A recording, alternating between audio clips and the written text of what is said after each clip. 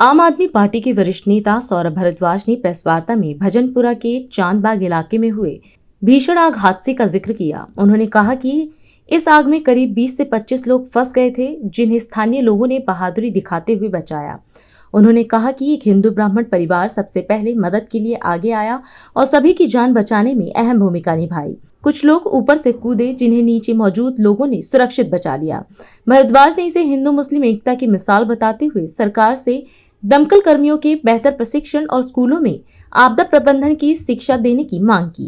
परसों रात दिल्ली के भजनपुरा इलाके के चांदबाग कॉलोनी में एक भीषण आग लगी।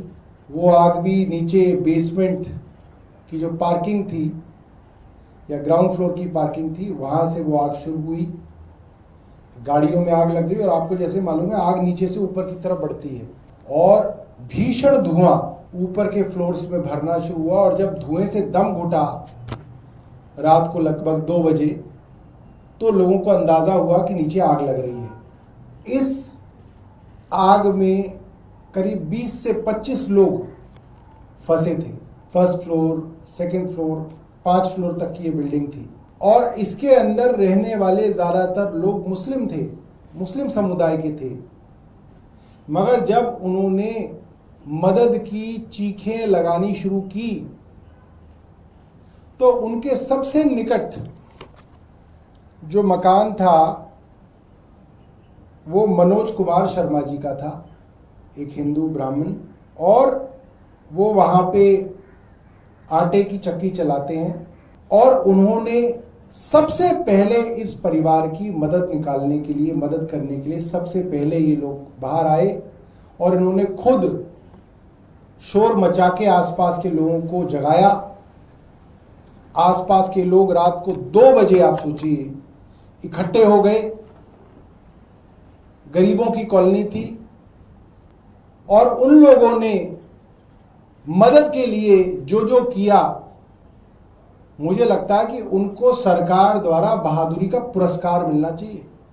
उन लोगों ने फैसला किया कि भाई हमको सूझबूझ से फायर ब्रिगेड जब तक आएगी तब तक भी कुछ कोशिश कर लें कि इन लोगों को बचाया जा सके, क्योंकि एक व्यक्ति फर्स्ट फ्लोर से कूद गया खिड़की से। तो इन्होंने योजना बनाई कि बाकी लोग जो कूद रहे हैं उनको बचाने के लिए सबसे पहले तो पड़ोसियों ने बेडशीट, चादर तान के खड़े हो गए। बताया जाता है कि 5 लोग, जिसके अंदर 2 छोटे बच्चे हैं, 2 छोटी बच्चियां हैं, 5 लोग ऊपर से कूदे और ऊपर वाले की दया है कि वो 5 लोग छोटी मोटी चोट से अस्पताल में गए और फर्स्ट एड करके सारे के सारे वहाँ से डिस्चार्ज हो गए। 5 जो है इसके अंदर बच गए।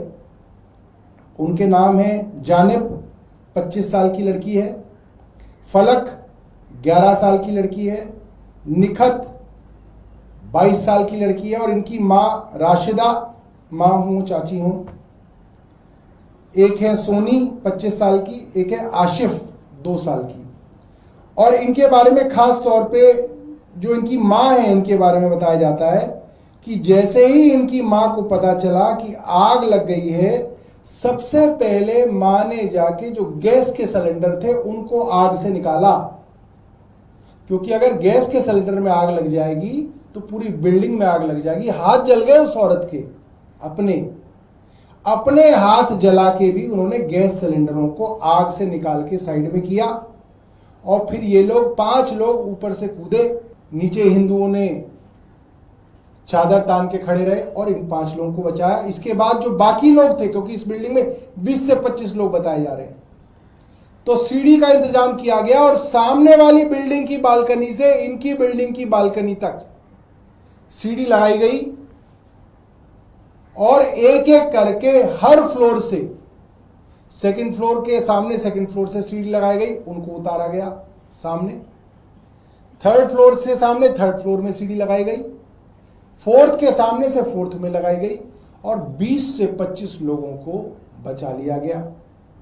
ये अपने आप में एक बहुत बड़ी बात है और मुझे लगता है कि पालम के मामले में जो आप सब, खास तौर पे हिंदी अखबारों के लोगों ने जो ये बातें लिखी, आप सोचिए कि उससे वहाँ के आसपास के लोगों के अंदर इतना जज्बा था, उनके अंदर ये भावना थी कि इन लोगों की जान को हम बचा सकते हैं। हमारा सरकार से ये निवेदन रहेगा, सरकार को अपने फायर डिपार्टमेंट के और पुलिस के विभाग के लोगों को ट्रेनिंग करानी चाहिए।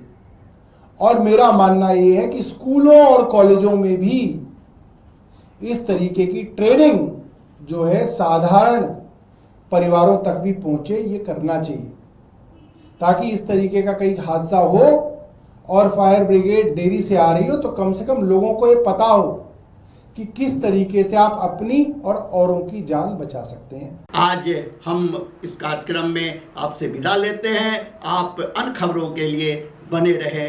राष्ट्र सर्वप्रथम, वंदे मातरम, जाग उठा है भारत।